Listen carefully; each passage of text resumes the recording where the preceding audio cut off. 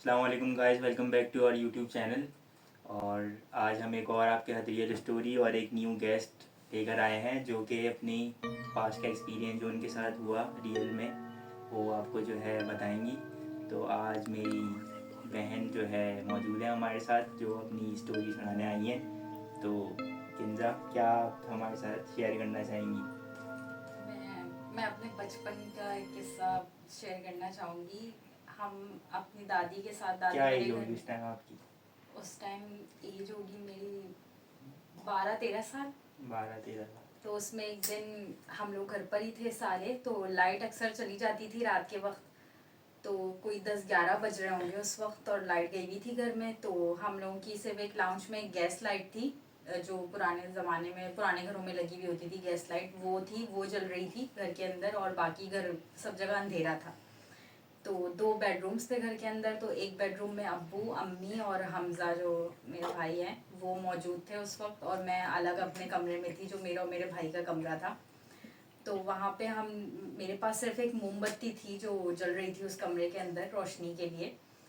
तो हम लोगों के कमरे की सेटिंग कुछ इस तरह से थी कि जैसे डबल बेड, सिंगल बेड होता है, 2 सिंगल बेड की रूम की सेटिंग होती है, बीच में साइड टेबल होता है। तो जो मेरा बेड था, मैं अपने बेड पर जो है वो लेटी हुई थी, और जो मोमबत्ती थी वो हम बीच में साइड टेबल जो था, सेंटर टेबल, उसमें उसके ऊपर रखी हुई थी, और उसका साया जो है वो छत के ऊपर बन रहा था। तो तो उस टाइम आप जो है घर में कोई और लोग भी थे या अकेली थी आप? बराबर वाले कमरे में अम्मी, अब्बू और हमजा थे। बराबर वाले कमरे मतलब में थे कमरे क्योंकि में आप अकेली थी? मैं उस वक्त कमरे में अकेली थी। तो अचानक मुझे एहसास हुआ कि मैं छत को ही देख रही थी उस वक्त। तो ऐसा लगा कि कोई साया जो है वो सामने बेड पर, जो मेरे भाई का बेड था सिंगल बेड, उस पर कोई साया बैठा हुआ है काले से रंग का, और ये बिल्कुल हकीकत पे मबनी है कि मैंने अपनी आंखों से देखा कि वो साया थोड़ी देर के बाद खड़ा हुआ है, और वो चलकर कमरे से बाहर गया है, जबकि उस वक्त मेरे अलावा और कोई नहीं था उस रूम में। तो वो एक बेड, एक साइड का साया मेरा बना हुआ था छत के ऊपर, और दूसरा साया बेड के ऊपर से चल के मेरे सामने कमरे से बाहर गया है। और मत उस टाइम एज भी इस तरह छोटी थी, इतनी समझ तो थी नहीं कि ये क्या देखा है क्या। तो मैं बस डर गई, और डर के उठने के बाद मैं फ़ौरन भागकर बराबर वाले कमरे में अम्मी अब्बू के पास चली गई, और मैंने उन्हें भी नहीं बताया कि मुझे क्या हुआ है, मैं बस डर गई हूँ। और मैंने कोई जिक्र नहीं किया, लेकिन ये मेरा हकीकत पे मबनी केस है कि ये मैंने अपनी आंखों से देखा था। और उसके बाद चंद दिन के बाद, एक हफ्ते के बाद ही, हम कहीं बाहर से आए थे घर वापस। उसके एक हफ्ते के बाद का ही किस्सा है ये, कि हम कहीं बाहर गए हुए थे और बाहर से वापस आए थे, 12:30 का कोई टाइम हो रहा होगा। और मेरा भाई जो है वो नानी के घर पे रुक गया था। तो घर पे वापस मैं, अब्बू और अम्मी ही आए थे। तो मैं अपने कमरे में आकर लेटी। मुझे उस वक्त अकेले घर में डर डर लगता था सोने में। तो अम्मी और अब्बू जो है वो अलग कमरे में थे, मैं अकेले कमरे में आकर लेटी। तो उस वक्त मैंने एक आवाज़ सुनी थी घर के अंदर, जैसे किसी ने कुछ बोला हो। वो बहुत मतलब वाज़े आवाज़ थी कि किसी ने एक वर्ड बोला है, और वो जो है वो इंसानी लैंग्वेज नहीं थी। ये मैंने अपने कानों से सुना था। जैसे मैंने बताया आपको कि किंजा मेरी बहन ही है, तो मैं भी साथ ही रहता था उस घर में।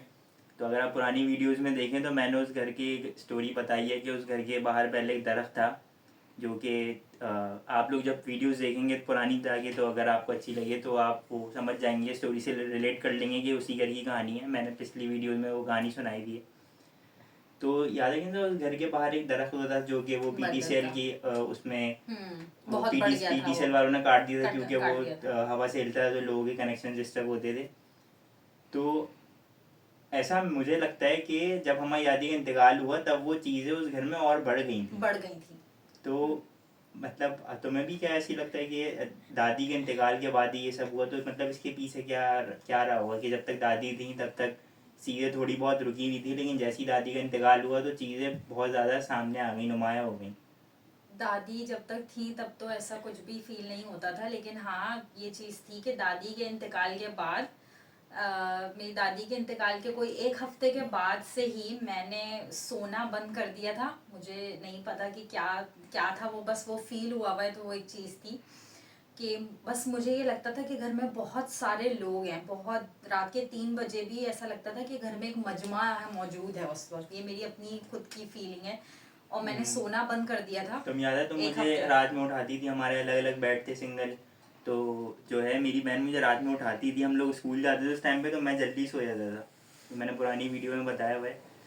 तो ये मुझे उठाती थी रात में कि जो है ना डर लग रहा है। और एक दिन तो बहुत ज़्यादा ये हो गया था, क्योंकि इसने मुझे बताया कि हमारे घर के बाहर मगरिब के टाइम पे काली बिल्ली आके बैठ जाती थी। तो इसने बिल्कुल ही वो सीन तुम्हें याद है, अगर तुम बताना चाहो तो, जो कि तुमने वैसी एक लेडी कोई औरत देखी ऐसे थी वहाँ पर।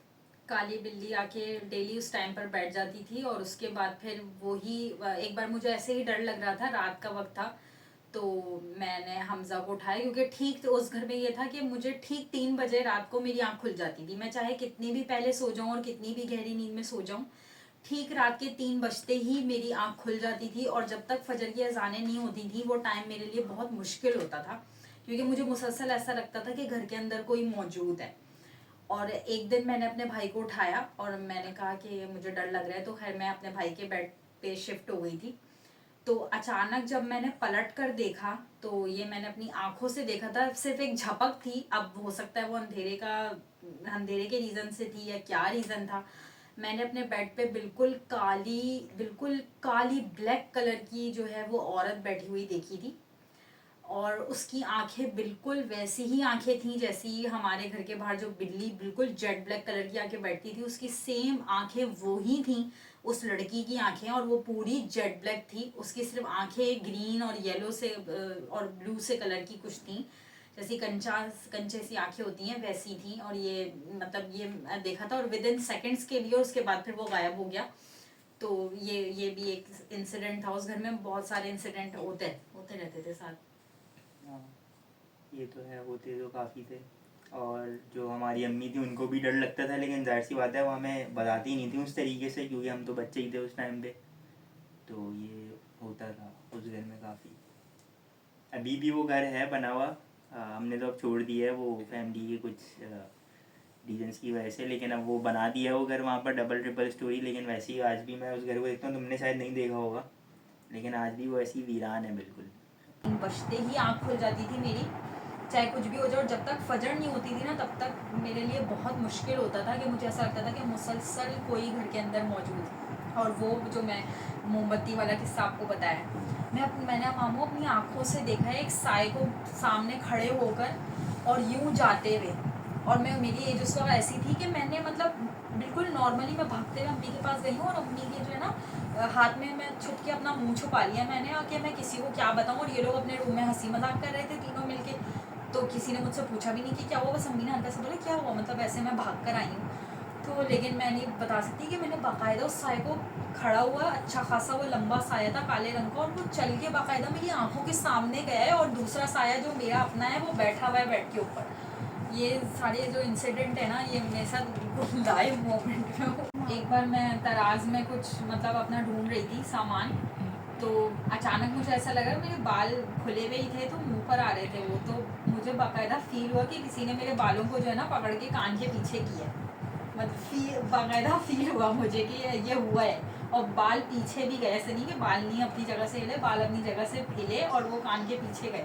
तो जैसे नहीं इंसान समझता उसके मुंह पे जाला लग गया या कोई चीज़ फील हो रही है, तो वो हड़बड़ा के ऐसे साइड पे होता है कि क्या क्या टच हो रहा है। लेकिन वो भी एक चीज़ थी कि ये मतलब मैंने फील की थी चीज़।